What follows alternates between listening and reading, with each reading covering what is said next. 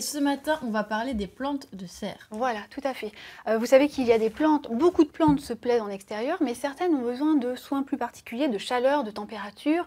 Donc effectivement, ces plantes, on va les installer dans des serres, dans des grandes serres. Souvent, quand vous rentrez dans ces serres, elles sont très très chauffées. C'est vraiment une ambiance aussi très humide. Ouais, voilà. C'est humide souvent. Oui, humide parce qu'on a des plantes qui ont besoin d'avoir ces ambiances, ces atmosphères assez chaudes et humides, des forêts tropicales. Donc effectivement... Il faut combien de degrés dans une serre? Alors, ça, tout dépend. Dans les serres, souvent, en fait. Voilà, tout dépend de la plante. Vous avez souvent plusieurs espaces. Alors, vous avez des fois des températures très élevées, des taux d'humidité qui peuvent aller jusqu'à 50-60%, donc qui sont assez élevés. Et puis, au contraire, vous avez des espaces qui vont être plus frais, plus secs, avec des terres plus arides. Il y a deux types de plantes. Voilà, tout à fait. Effectivement, la première plante que j'avais envie de vous présenter, c'est cette plante, c'est le ficus. Alors, vous en avez peut-être chez vous. Hein. Bah oui, c'est une plante pas de serre, mais j'ai un ficus. Voilà, vous avez un ficus. Et vous, Pierre, vous avez un ficus? Tout à fait. Ah. On va apprendre davantage. Donc, le ficus, c'est vraiment une plante très très commune, effectivement, que l'on peut avoir chez soi. Chez soi, elle atteindra peut-être 3-5 mètres de haut. Dans son pays, enfin, en conditions idéales, hein, en forêt tropicale, elle pourra atteindre jusqu'à 15-30 mètres de haut. Hein, donc vraiment un développement très... Oui. Il va enlever tous les ficus de chez lui. On va couper tout ça. Par contre, vous avez peut-être remarqué sur votre ficus, il y a des petites racines. Des petites racines... Alors, des petites racines aériennes. Au niveau des feuilles? Aériennes. Aériennes, voilà. Effectivement, sur le ficus, vous avez ce tronc. Alors, effectivement, on voit les photos là de ficus. C'est impressionnant, voilà. Oui, là. Mais ces racines aériennes, même dans votre ficus chez vous, vous pouvez les observer. Des petites racines qui descendent vers le sol pour aller s'enraciner dans la terre.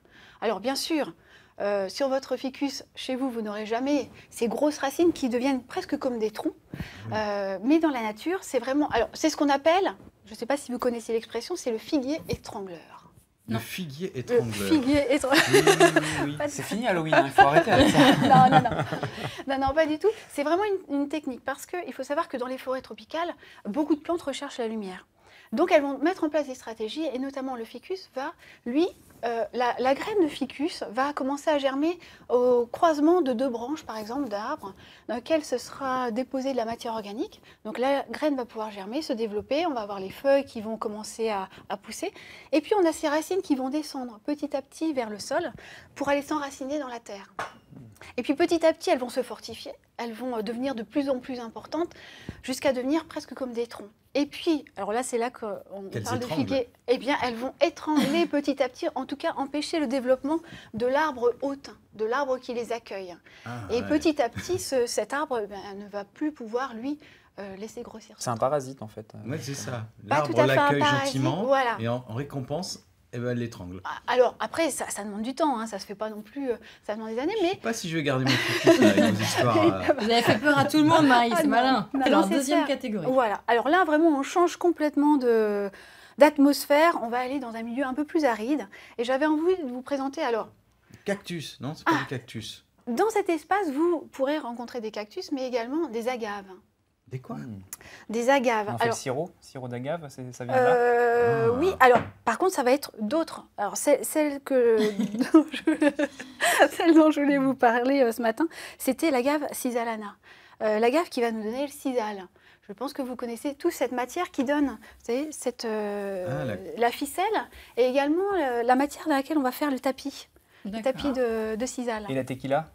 Et c'est également une agave, tout à fait. Référence de Pierre. Oui, le mezcal, tout à fait. Oui, tout à fait. oui. Tout à fait. C'est également à partir d'une agave. Alors, on n'utilisera pas les mêmes parties, par contre, pour ces deux.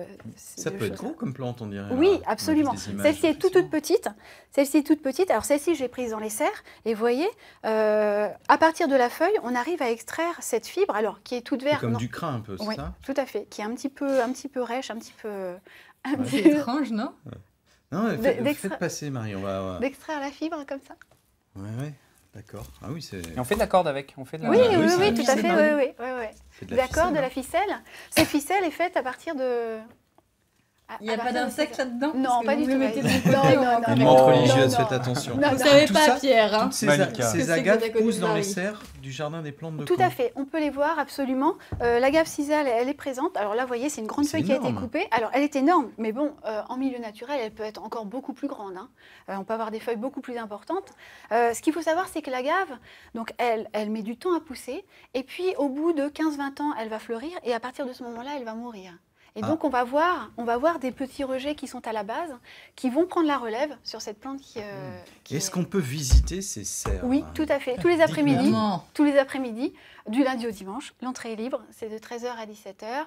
Et vraiment, ça permet, on a l'impression de découvrir d'autres pays, découvrir des atmosphères et vraiment des végétaux très, très différents.